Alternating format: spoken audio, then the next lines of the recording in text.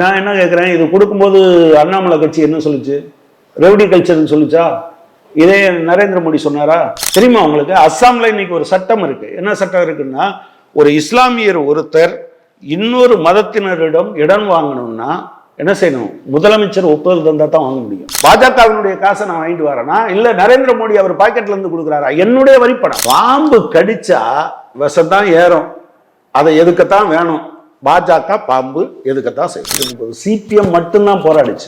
நான் தண்ணியில செத்தாலும் சரி, வெள்ளத்துல செத்தாலும் சரி, பாடம் இடிஞ்சு விழுந்தாலும் சரி, எனக்கு ஒரு பைசாவும் கொடுக்க மாட்டேன்றான். வேலை நேரத்தை அதிகரிக்கணும்னு சொல்லும்போது ஏடிஎம்கே எதிர்த்துச்சா? எதிர்கட்சி தானே, எதிர்த்துச்சா?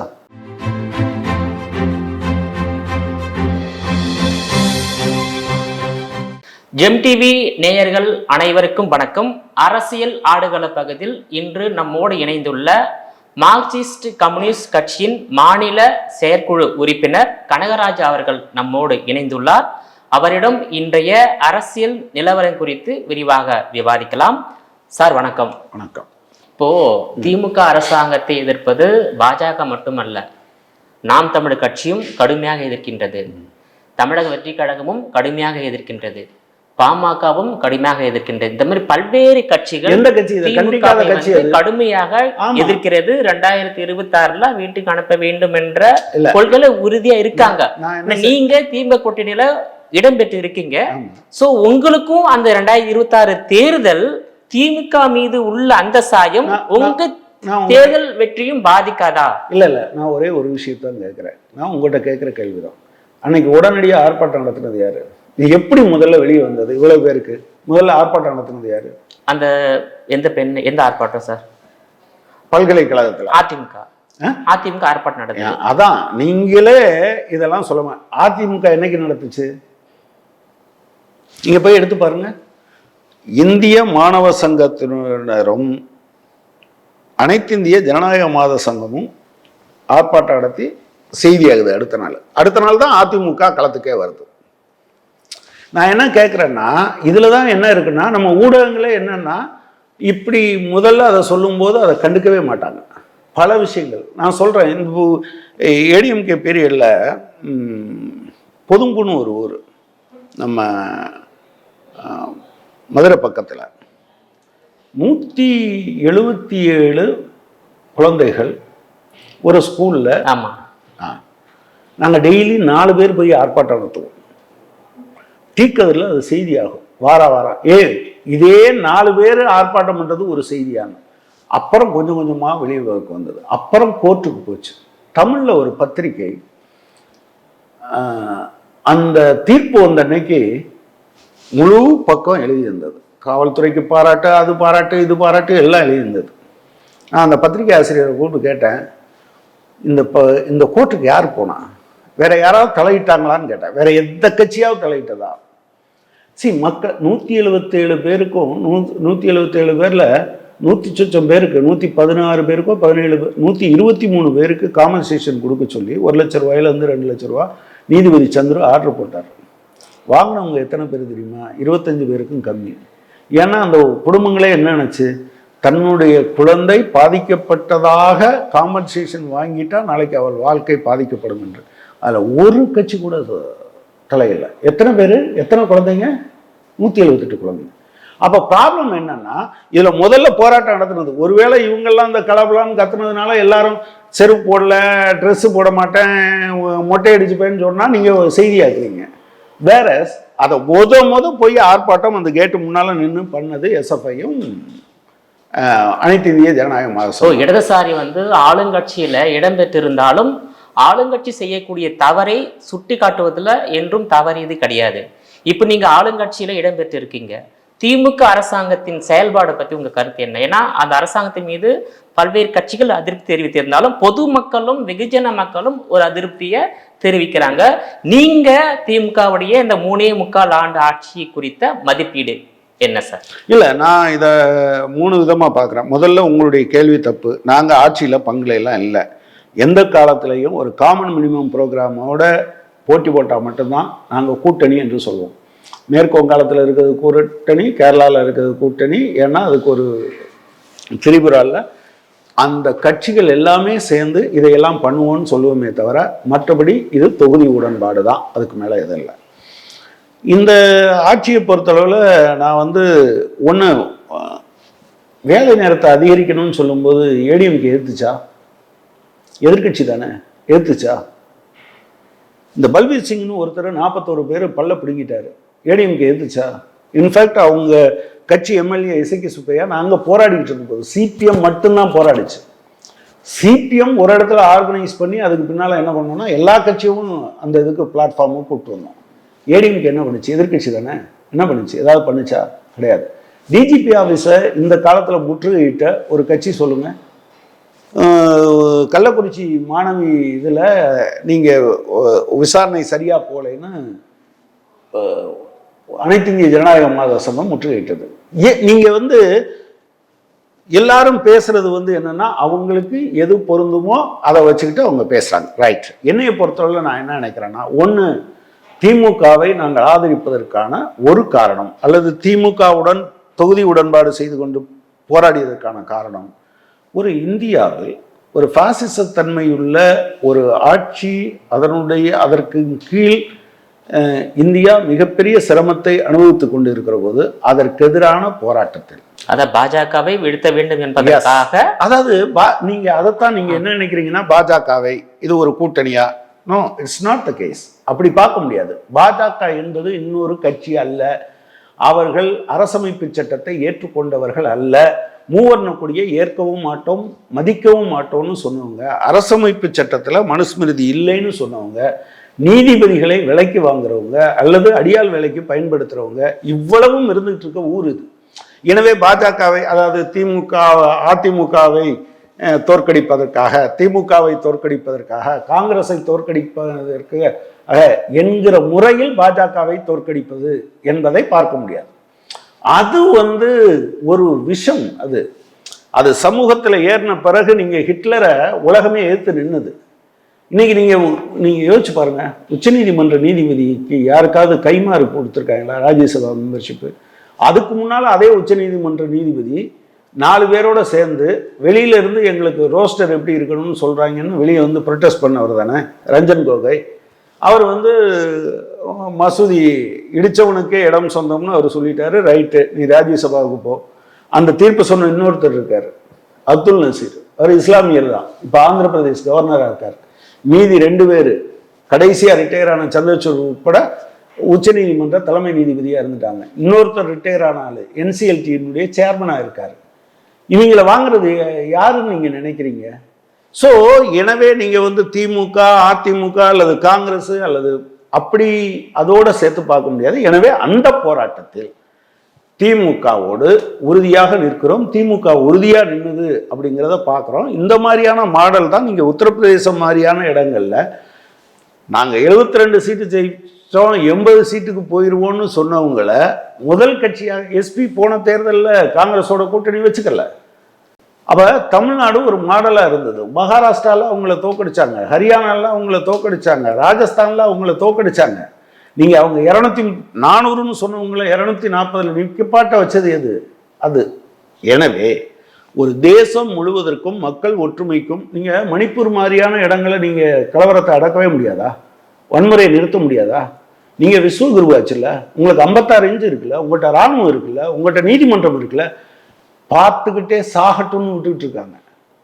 தெரியுமா உங்களுக்கு? அஸ்ஸாமில் இன்னைக்கு ஒரு சட்டம் இருக்கு. என்ன சட்டம் இருக்குன்னா, ஒரு இஸ்லாமியர் ஒருத்தர் இன்னொரு மதத்தினரிடம் இடம் வாங்கணும்னா என்ன செய்யணும்? முதலமைச்சர் ஒப்புதல் தந்தால் தான் வாங்க முடியும்.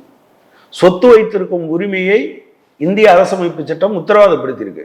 ஆனால் நான் இஸ்லாமியராக இருந்து நீங்கள் இந்துவா இருந்தால் உங்கள் வீட்டை நான் வாங்குறதுக்கு தமிழ்நாட்டில் அப்படி வந்தால் பேசுவோமா நம்ம? எனவே இது மற்ற கட்சிகளை எதுக்கிறது மாதிரி இல்லை. ஓகே, அதுல திமுகவோடு முழுமையாக இருக்கும். இப்போ திமுக ஒன்று அதே சமயத்தில் திமுக சில நல்ல விஷயங்களை பண்ணியிருக்கு, அதை எல்லாத்தையும் ஆதரிச்சு நிற்கிறோம்.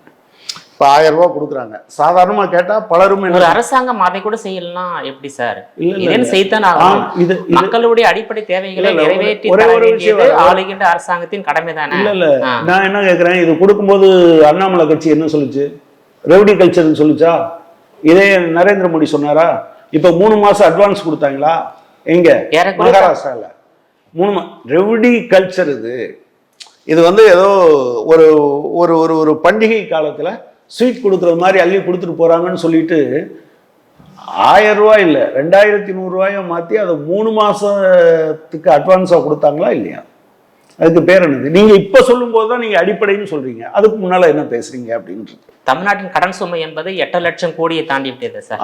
சரி, சென்ட்ரல் கவர்மெண்ட்டுடைய இது எவ்வளவு தானுச்சு? ஆக்சுவலாக தமிழ்நாட்டினுடைய கடன் சுமை அதிகரிச்சிருக்கு. நான் என்ன சொல்கிறேன்னா, உங்களுக்கு கும்பமேளாவுக்கு 2100 கோடி ரூபா ஒதுக்கி அதில் 1050 கோடி ரூபா உத்தரப்பிரதேசத்துக்கு சென்ட்ரல் கவர்மெண்ட் கொடுத்துட்டான். ஆனால் உங்களுக்கு நான் தண்ணியில் செத்தாலும் சரி, வெள்ளத்தில் செத்தாலும் சரி, பாடம் இடிஞ்சு விழுந்தாலும் சரி, எனக்கு 1 பைசாவும் கொடுக்க மாட்டேன்றான். இதை கேட்க மாட்டேன். எனவே அரசாங்கம் கடன் வாங்குது. நான் என்ன சொல்றேன்னா, அந்த பிரச்சனையில் நீங்கள் அந்த கடனை ஒழுங்காக செலவழிச்சாங்களா? சென்ட்ரல் கவர்மெண்ட்டுடைய கடன் இப்போ எவ்வளவு? 205 லட்சம் கோடி. 67 வருஷமாக வாங்கியிருந்தது எவ்வளவு? 50 லட்சம் கோடி. நீ 10 வருஷத்தில் 155 லட்சம் கோடி வாங்கியிருக்க. இதை தமிழ்நாடு அரசாங்கத்துக்கு வரி விதிப்பதற்கான இந்த வீட்டு வரி அல்லது இந்த கேளிக்கை வரி இதை தவிர எதுவும் கிடையாது. நீ பால் பவுடருக்கு எவ்வளவு ஜிஎஸ்டின்னு போய் கேடுங்க, 18%. அரிசிக்கு ஜிஎஸ்டி இருக்கா இல்லையா? ஒவ்வொரு அரிசியிலும் ஒருத்தன் பேர் எழுதியிருக்குன்னு சொல்லுவாங்க. அவன் என்ன சொல்றான்? இப்போ ஜிஎஸ்டி 5%, கோதுமைக்கு 5%, அரிசிக்கு 5%, தொட்டிலுக்கு 18%. இதை எங்கே கொண்டு போய் சேர்ப்பீங்க நீங்க? எனவே மாநில அரசாங்கங்கள் எல்லா அரசாங்கங்களும் கடன் வாங்குறாங்க, மற்றவங்களுக்கு கொடுக்குறாங்க. அதான் நமக்கு என்னன்னா 2100 கோடி ரூபா ஒரு கும்பமேளாவுக்கு கொடுக்குற ஒன்றிய அரசாங்கம் நான் தண்ணியில மூழ்கி செத்தா எனக்கு கொடுக்க மாட்டேன். ஏன்னா மத்திய அரசினுடைய எந்த திட்டத்தையும் வந்து திமுக அரசாங்கம் ஏற்றுக்கொள்ளவில்லை. முற்றிலுமாக எந்த திட்டம் சொல்லுங்க, எந்த திட்டம் கொண்டு வந்து எந்த திட்டம் சொல்லுங்க. தேசிய கல்வியை ஏத்துக்கல. ஏன் நான் ஏத்துக்கணும்? என்னைய திரும்ப குருகுல முறைக்கு போக சொல்ற, அடிமை முறைக்கு போக சொல்ற கல்வியை நான் ஏன் ஏத்துக்கொள்ளணும்? இல்ல அப்படின்னா நீங்க அடுத்த கேள்வி ஒண்ணு இருக்கு, உனக்கே நான் வரி கொடுக்கணும்னு இருக்கு. உனக்கு சொந்தமா வரி வசூல் பண்றதுக்கு ஏதாவது இருக்கா? அடுத்த கேள்வி என்னன்னா, என்னுடைய வரி பணத்தை உனக்கு எதுக்கு கொடுக்கணும்? நீ ஏதோ உன் சொந்த வீட்டில் பாஜகவினுடைய காசை நான் வாங்கிட்டு வரேனா, இல்லை நரேந்திர மோடி அவர் பாக்கெட்ல இருந்து கொடுக்குறாரா? என்னுடைய வரிப்பணம், மக்களுடைய வரிப்பணம். எஸ், தமிழ்நாட்டில இருந்து வரிப்பணம் போகுது. அப்போ நீங்க என்ன பண்ணணும்னா, கல்விக் கொள்கையை நீங்க என்ன பண்ணணும், எல்லா மாநிலங்களையும் சேர்த்து உருவாக்கி நீங்க சொன்னாதான் உண்டே தவிர, நீ வந்து நாளைக்கு மனுஸ்மிருதியை பாடமாவின்னு சொல்லுவா, நான் கேட்டுக்கணுமா? மனுஸ்மிருதியை பாடமா ஏற்றுக்கொள்ள வேண்டியதை ஏற்றுக்கொள்ள வேண்டும், நிராகரிக்க வேண்டும். இன்னைக்கு பிஜேபியுடைய சட்ட திட்டத்தையும் எதிர்க்கின்ற மனநிலையில எதுன்னு சொல்லுங்க. எல்லாமே எதிர்க்கிறாங்களே சார். இல்ல எதுன்னு சொல்லுங்க. ஒரே நாடு ஒரே தேர்தலை எதிர்க்கிறாங்க, ஒரே நாடு ஒரே திட்டத்தை எதிர்க்கிறாங்க, புதிய கல்விக் கொள்கையை எதிர்த்துட்டாங்க, எல்லாமே எதிர்க்கிறாங்க. அதனால மாநில அரசுக்கும் மத்திய அரசுக்கும் ஒரே நாடு இல்ல ஒரே நாடு ஒரே தேர்தலை நீங்க ஏத்துக்கிறீங்களா? ஏன்னா நடைமுறை இருந்ததுதானே சார்? நடைமுறையில் இல்லைங்க. 1952 4 முறை இல்லைங்க ஒரே நாடு நடந்திருக்கு இந்தியாவில். இல்லைங்க, அப்பவும் அவங்க ஒரு தப்பு சொல்றாங்க. 1952 அப்பதான் முதல் முறையா நீங்க என்ன கொண்டு வரீங்க, தேர்தலை நடத்துறீங்க. 47 சுதந்திரம் அடைகிறீங்க. 52 வரை என்ன இருக்கு, ஏற்கனவே தேர்ந்தெடுக்கப்பட்ட அந்த கான்ஸ்டிடியூஷனல் அசம்பிளி தான் எம்பியா இருந்திருக்காங்க, ரைட்? அதுவரை இந்தியா முழுவதும் ஒரு கட்சி தான் ஆட்சி புரியுது, மாநில கட்சிகள் வரல. ஓகே, இல்ல 57 அவங்க சொல்றாங்களா 4 தேர்தல் நடந்ததுன்னா, 57 கேரளாவில் யாரு ஆட்சிக்கு வந்தா? சிபிஐ கவர்மெண்ட், இஎம்எஸ் நம்பூதிரியோட. 59 நேரு அதை கலைச்சிட்டாரு. 59 தேர்தல் வந்துச்சா? 67 வந்துச்சா? 52 இருந்து 4 தடவைன்னு எப்படி சொல்றீங்க? அப்புறம் அதுக்கு பின்னால சில கவர்மெண்ட் கவுந்துச்சா? ப்ராப்ளம் என்னன்னா, நீங்க ஜனநாயகத்துல இன்னைக்கு ஆரம்பிக்கும் போது எல்லாத்துக்கும் ஒன்றா நடத்தணும். ஆனா அதுக்கு பின்னால மாற்றங்கள் வருது, கட்சி தாவல் வருது. கட்சி தாவல் வந்தா டிஸ்குவாலிஃபிகேஷன் வருது, அல்லது ஒரு கட்சியினுடைய ஆட்டோக்ராட்டிக் மனப்பான்மை பிடிக்காம கொஞ்சம் பேர் போறாங்க, இதெல்லாம் வருது. இது இனிமேலும் வரும். நீங்க ஒரே நாடு ஒரே தேர்தல்னா, சட்டமன்ற தேர்தலுக்கு ஒன்று பேசுவீங்களா? நாடாளுமன்ற தேர்தலுக்கு ஒன்று பேசுவீங்களா? உள்ளாட்சியில் ஒன்று பேசுவீங்களா? நீங்கள் நாடாளுமன்றத்துக்கு நடக்கும்போது இங்கே குப்பை இல்ல மாட்டேன்றாங்கன்னு பேசுவீங்களா? பேச முடியாது. இல்லை, ப்ராக்டிக்கலாக சாத்தியமா? மூணையும் லிங்க் பண்ண முடியுமா? எனவே அவங்க கூட்டாட்சி தத்துவத்துக்கு எதிரானவங்க. அவங்க யூனிட்டரி ஃபார்ம் ஆஃப் கவர்மெண்ட் தான். எங்கே இப்போ ஸ்ரீலங்காவில் என்ன இருக்கோ அதே மாதிரி ஒரு கவர்மெண்ட்டு இந்தியாவில் இருக்கணும். மாநிலங்களில் சும்மா ஒரு பேருக்கு இருக்கிறது மாதிரி அதை எதுக்காம என்ன பண்ணுறது? எதுக்கிறது மாதிரியான திட்டங்கள்லாம் கொண்டு வந்துட்டு நீங்கள் என்ன கேட்குறீங்க அப்படின்னா, கொண்டு வர்ற திட்டத்தை எல்லாம் எதுக்குறமேன்னு கேட்குறீங்க. அப்படித்தான் பாஜக தரப்பில் அவங்க சொல்றாங்க. அதனாலதான் நான் தமிழக அரசு கேட்ட நிதியை கொடுக்க மறுப்பதாக. இல்ல இல்ல இல்ல அவங்க அதை ஏன் அப்ப தடுப்பூசிக்கு ஏன் நீங்க கொடுக்க மாட்டேன்றீங்க இலவசமா? நீங்க சொல்லுங்க. சரி, இதெல்லாம் ஒரு திட்டம். தடுப்பூசி இலவசமா கொடுத்தா என்ன? எனக்கு ஏன் தடுப்பூசி இலவசமா கொடுக்க மாட்டேன்னீங்க? சண்டை போட்ட பிறகு தானே கொடுத்தீங்க. ரைட்டு. புலம்பெயர்ந்த தொழிலாளர்கள் நார்த் இந்தியன்ஸ் தானே இங்கே வந்திருந்தாங்க. திரும்ப போகணும்ல. ஏன் ட்ரெயின் விட்டு அதில் நீங்கள் ஃப்ரீயாக கூட்டிகிட்டு போனால் உங்கள் கஜானா குறைஞ்சிருமா? கார்ப்பரேட் டேக்ஸை 30% 22% குறைப்பீங்க. ஒரு வருஷத்துக்கு 1,87,000 கோடி ரூபாய் அரசாங்க கஜானாவுக்கு வர வேண்டியதை பெருமுதலாளிகிட்ட விட்டு கொடுத்தீங்க.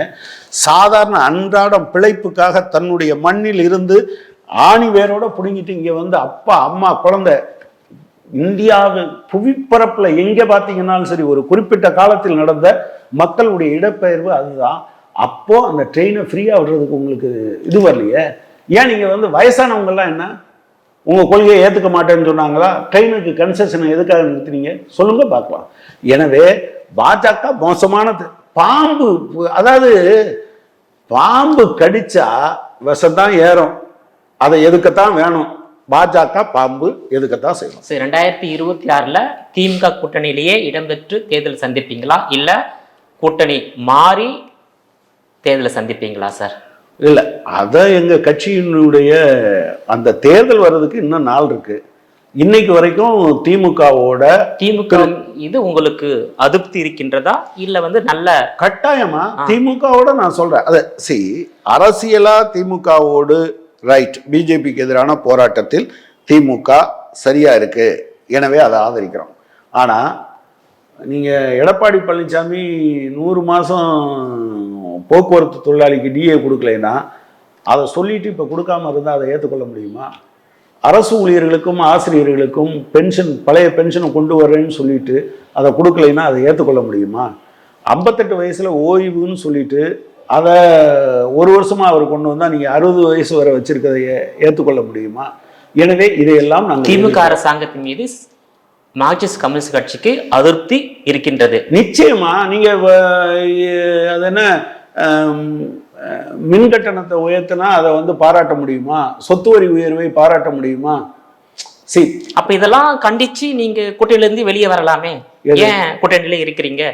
இப்போ மக்களுக்கு எதிரான திட்டத்தை சட்டத்தை ஒரு தமிழக அரசு நடைமுறைப்படுத்தும் போது நீங்க அதுக்கு எதிர்ப்பு தெரிவித்து நீங்க அது வெளியே வரலாம். இல்ல சார், நான் மேரேஜ் பண்ணியிருக்கேன், ஒவ்வொரு குற்றத்துக்கும் நான் டைவர்ஸ் பண்ணிடுவேனா? ப்ராப்ளம் என்னன்னா, அல்லது இந்த கூட்டணி பிஜேபி என்கிற இந்த தேசத்தை சூழ்ந்திருக்கிற ஒரு பேரிடரை தோற்கடிப்பதற்கான ஒரு பெரிய முயற்சி. ஏங்க, நான் ஒரு கட்சி வச்சுக்கிட்டு ஒரு 32 வருஷமா வாஜாத்திக்காக போராடிக்கிட்டு அடி வாங்கி உதவாங்கி போலீஸோட எனக்கு கோவம் வருது. நான் டிஸ்மிஸ் ஆன தொழிலாளி, ஒரு ஸ்பீக்கில் இருந்து நான் டிஸ்மிஸ் ஆனவன் தொழிற்சங்கத்துக்காக. நான் இந்த கட்சியில் இல்லாமல் இருந்தேன்னா நான் டிஸ்மிஸ் ஆகிருக்க மாட்டேன், சமரசமாகிட்டு போயிடுவேன். நான் திமுகவை தூக்கி சுமக்கிறதுக்காக நான் ஒரு கட்சி வச்சிருக்க முடியுமா? எங்கள் கட்சியினுடைய முழுநேர ஊழியர்களுக்கு 14,000 ரூபா சம்பளம் அலவன்ஸு. இந்த 14,000 ரூபாயில் வாழ்க்கை நடத்துறதுக்கு எவ்வளோ பெரிய கஷ்டம் தெரியுமா? இதெல்லாம் பண்ணிட்டு நான் திமுகவையோ அல்லது இன்னொரு கட்சியோ தூக்கி சுமக்கிறதுக்காக நான் கட்சி வச்சிருப்பேன். தேசத்தின் மிகப்பெரிய பேரிடராக ஒன்று வருகிற போது என்னுடைய தனிப்பட்ட நலனை விட அப்கோர்ஸ் தோழர்கள் பேசுறாங்க, தேசத்து நலனே சிறந்தது. அது அந்த ஒரு விஷயம். உங்களுடைய சித்தாந்தம் நல்ல சித்தாந்தம். அதாவது இடதுசாரியுடைய சித்தாந்தம் ஏழை எளிய பாமர மக்கள் பாட்டாளி மக்களுடைய உரிமையை பாதுகாக்க வேண்டும், வாழ்வாதாரத்தை பாதுகாக்க வேண்டும் என்ற சித்தாந்தம் தான் உங்க சித்தாந்தம். ஆனா அப்படி இருந்தும் உங்களால இந்தியாவில் தேசிய கட்சியாக இருந்தும் ஆட்சி கைப்பற்ற முடியல. மேற்கு வங்கம், திரிபுராவில் ஏறக்குறைய 30 ஆண்டுகள் நீங்க ஆட்சி செய்தீங்க. அந்த 2 மாநிலத்திலும் உங்கள் ஆட்சி முடிவுக்கு வந்து விட்டது. கேரளாவில் சமீபத்தில் நடைபெற்று முடிந்த நாடாளுமன்ற தேர்தலில் 20 தொகுதியில் 1 தொகுதி தான் நீங்க வெற்றி பெற்றீங்க. ஏன் மக்களுக்காக போராடக்கூடிய அந்த இடதுசாரி ஏன் தமிழ்நாட்டிலையும் இந்தியாவிலையும் நாளுக்கு நாள் வீழ்ச்சி அடைந்து வருகிறது. ஏன் உங்களால் ஆட்சி கைப்பற்ற முடியல? இல்ல, கேரளாவில் கூட நீங்க அடுத்து வருகின்ற தேர்தலில் கூட ஆட்சி இழுக்கும் நிலைமை வரலாம் என்று பேசப்படுகிறது. இருக்கலாம். கேரளாவில் கடந்த 40 வருடங்களில் அடுத்தடுத்து 2 முறை ஆட்சி பொறுப்பு வந்திருக்குது. இதாங்க முதல் முறை. லாஸ்ட் 40 இயர்ஸில் காங்கிரஸும், அதாவது இடது ஜனநாயக முன்னணியும் ஐக்கிய ஜனநாயக முன்னணியும் மாறி மாறி தான் தேர்தலில் வந்திருக்கு. போன தேர்தலில் தான் 2வது முறையாக ஆட்சி பொறுப்பு வந்திருக்கும். கேரளாவில் ஒரு தேர்தலை தவிர எந்த தேர்தலையும், நாடாளுமன்ற தேர்தலில் நாங்கள் அதிக சீட்டு வாங்கினதே இல்லை கேரளாவில். அவங்க என்னென்னா இவங்க ஆட்சிக்கு வர மாட்டாங்க, எனவே காங்கிரஸ் மற்ற இதுதான் நடக்கும். அஃப்கோர்ஸ் நீங்கள் சொல்கிறது மாதிரியான ஒரு பெரிய வீழ்ச்சியை இடையில் சந்தித்து இருக்கிறோம். பட் கம்யூனிசம் என்பது நீங்கள் மற்ற கட்சிகள் மாதிரிலாம் நினைக்காதீங்க. எங்கள் கட்சியில் மெம்பராக ஒருத்தர் ஆகணும்னா 3 வருஷம் இருக்கும். 3 வருஷம் ஆனால் தான் அவர் மெம்பராகவே ஆவார். நீங்கள் அதை புரிஞ்சுக்கங்க. இந்த ஏற்றம், ஆனால் நீங்கள் சொல்கிறது மாதிரியான இந்த ஏற்றம் தாழ்வு என்பது மிகப்பெரிய அளவுக்கு சாதாரண மக்களுக்கு கூட நீங்கள் ஏன் இப்போ நீங்கள் கேட்குற இந்த கேள்வியை இவ்வளவுலாம் கஷ்டப்படுறீங்களப்பா. அது மத்தியிலும் மாநிலத்திலும் ஒரு கட்சி ஆட்சி அமையணும்னா ஏழை எளிய நடுத்தர மக்கள் வாக்களித்து தான் ஆட்சியில் அமர வைப்பாங்க. எலைட் பீப்புள்லாம் வாக்களித்து ஆட்சியில் அமர வைப்பது கிடையாது. ஆனா அந்த வகையில ஏழை எளிய மக்களுக்காகவே போராட வேண்டிய இடதுசாரி கட்சி ஏன் இந்தியாவில ஆட்சி கைப்பற்ற முடியல? அதுதான் என்னுடைய கேள்வி. ஆட்சியில் இருந்த மாநிலத்திலேயே ஆட்சி எடுக்கக்கூடிய நிலைமைக்கு ஏன் தள்ளப்படுகிறது? இல்ல அதான் அந்த வலதுசாரி கொள்கை ஒரு கட்டத்துல மேலும் இங்க வருகிற போது இடதுசாரி கொள்கை கீழ் நோக்கி போகிறதா? நிச்சயமா. அது ஒரு பெரிய பீட்டிங் இருந்தது. ஒரே நேரத்தில் சோவியத் யூனியன் வீழ்ந்தது, சோசியலிச நாடுகளில் ஏற்பட்ட பின்னடைவு, உலகம் முழுவதும் வலதுசாரிகள் மேலோங்கியது. இல்லைங்க, பொருளாதாரத்தை நீங்கள் சோசியலிச பொருளாதாரம்லாம் இல்லை. இப்போ நம்ம ஊர்லேயே சொல்லுவாங்களே, அதாவது நான் இதெல்லாம் தனியாருக்கு விட்டுறணுங்க, அதாவது அரசு இருந்தால் அதை நல்லா பண்ணணும்னு சொல்கிறதுக்கு பதிலாக தனியாருக்கு விட்டுறணுங்க அப்படின்னு தான் பேசுவாங்க. இந்த மனோநிலையை இவங்க உருவாக்கிக்கிட்டே வந்தாங்க. அதனுடைய ஒரு கட்டத்தில் இந்த மாதிரியான நிலைமை வந்தது. பட் இன்னைக்கு அதில் சேஞ்ச் ஆகிருக்குன்னு நினைக்கிறேன். 3% இருந்த அனுரகுமார திசாநாயக்கா கடைசி தேர்தலில் எத்தனை % வாங்கினார்? இலங்கையில் 3% வாங்க. நான் வாச்சாத்தில் 32 வருஷம் போராடணும்னு சொன்னோம்ல, அந்த பஞ்சாயத்து எங்ககிட்ட இல்லை. இன்னொருத்தவங்க ஜெயிக்கிறாங்க. பல காரணங்கள் இருக்குது. அந்த மக்களை, அதாவது நான் என்ன சொல்கிறேன்னா, கம்யூனிஸ்ட் கட்சி நீ ஜாதியாக இருக்கணும், கொஞ்சம் மதம் இருக்கணும், கொஞ்சம் விட்டு கொடுத்து போகணும், கொஞ்சம் இதை பண்ணணும். We won't do that. நாங்கள் மக்களை நான் ஒன்றும் நாளைக்கே ஆட்சிக்கு வந்துடுவேன்னு நினச்சிட்டுலாம் நாங்கள் எங்கள் கட்சியில் வர்ற யாரும் அப்படி வரல. சுதந்திரத்துக்கு முன்பாகவே 3 கட்சி தான் இருந்தது. ஒன்று சிபிஐ, இந்திய யூனியன் முஸ்லீம் லீக், காங்கிரஸ். முஸ்லீம் லீக் பாகிஸ்தானே கைப்பற்றி விட்டது. காங்கிரஸ் இந்தியாவில் ஆட்சி கைப்பற்றியது. ஆனா இடதுசாரி சிபிஐயால ஆட்சியை இந்தியாவில் கைப்பற்ற முடியல. இப்ப தேசிய கட்சி அந்தஸ்தையும் இழந்து விட்டது. எங்க கட்சிக்கு தேசிய கட்சி அந்தஸ்தெல்லாம் போகல. சிபிஐக்கு அது ஒரு இஷ்யூவும் கிடையாது. என்னைய பொறுத்தவரை நான் சொல்றேன், அது மற்றவங்களுக்கு தான் அது தேசிய கட்சி 10 MP. நான் ஜனங்களுடைய உணர்வு மட்டத்தை மேலே கொண்டு வரணுங்கிறதா என்னோட பாயிண்ட். நான் ஜெயிக்கிறேனா இல்லையாங்கிறது இல்லை. இப்போ அதை தான் நான் உங்களுக்கு சொன்னேன். இலங்கையில் நான் வேறு சில உதாரணங்கள் சொல்லுவேன், நம்ம ஆட்களுக்கு புரிகிறதுக்காக. 3% கீழே எடுத்த அனுராகுமார திசாநாயக்கா நீங்கள் குடியரசுத் தலைவர் தேர்தலில் 44%, நாடாளுமன்ற தேர்தலில் 56%. How is it possible? அதை அப்படியே இங்கே பொருத்த முடியுங்கிறதுக்காகலாம் நான் சொல்ல வரல. பட் நாங்கள் மற்றவங்க வைக்கிற ஸ்டாண்டர்டை வைக்கிறதில்ல. ஏன் நீங்கள் இதை கேட்குறீங்கல்ல, இதை கேட்டாங்கல்ல, நீங்கள் பிரதமராக இருங்கன்னு கேட்டாங்கல்ல ஜோதி பாசுவை, ஏன் ஏற்றுக்கலை? ஒரு நாள் பிரதமருக்கெல்லாம் ரெடியாக இருந்தாங்க. சரண் சிங் மாதிரியான ஆட்கள் நாடாளுமன்றத்தை சந்திக்காமலே பிரதமராக இருந்துட்டு போனார். ஆனால் உங்கள் கையில் பிரதமர் பொறுப்பை தருகிற போது வேண்டாம் என்று ஏன் சொன்னாங்க? இவங்கெல்லாம் துறவிகளா? கிடையாது. மக்களுடைய உணர்வு மட்டத்தை ஏற்றுற வர நீங்கள் செய்ய முடியாதுங்கிறதுனால அதில் இருந்தோம். நீங்கள் ஒன்றை தெரிஞ்சுக்க, இன்றைக்கி நான் சொல்கிறேன், நான் இறந்து போகலாம், அல்லது இன்னும் 3 தலைமுறை கம்யூனிஸ்டுகள் வெற்றி பெறாமல் கூட போகலாம். ஆனால் இந்தியா ஒரு நாளைக்கு அது மேலே வர வேண்டும் என்றால், இந்தியா மட்டும் இல்லை, உலகம் முழுவதும் கம்யூனிசம் மட்டும்தான் தீர்வு. அதனால தான் இவ்வளவு அடி, ஜெயிலு, சுதந்திர போராட்டம், இத்தனைக்கு பின்னால் இந்த தோல்விகள் வந்தாலும் அதுக்குள்ளே ஏன் இருக்குன்னா இட்ஸ் அ சயின்ஸ். அந்த சயின்ஸை ஒருவேளை நாங்கள் சில வகையில் சரியாக பயன்படுத்தாமல் கூட இருந்திருக்கலாம். ஆனால் இது மட்டும்தான் தீர்வு, இது மட்டும்தான் தீர்வு. அதுதான் இந்தியாவை அடுத்த கட்டத்துக்கு. நிச்சயமாக இந்தியாவில் ஒரு நாள் இடதுசாரியுடைய ஆட்சி அமையும் என்று உறுதியாக சொல்லியிருக்கீங்க. உங்களுடைய எண்ணம், லட்சியம் நிறைவேற ஜெம்டி சார்பாக மனமார்ந்த நன்றி சார்.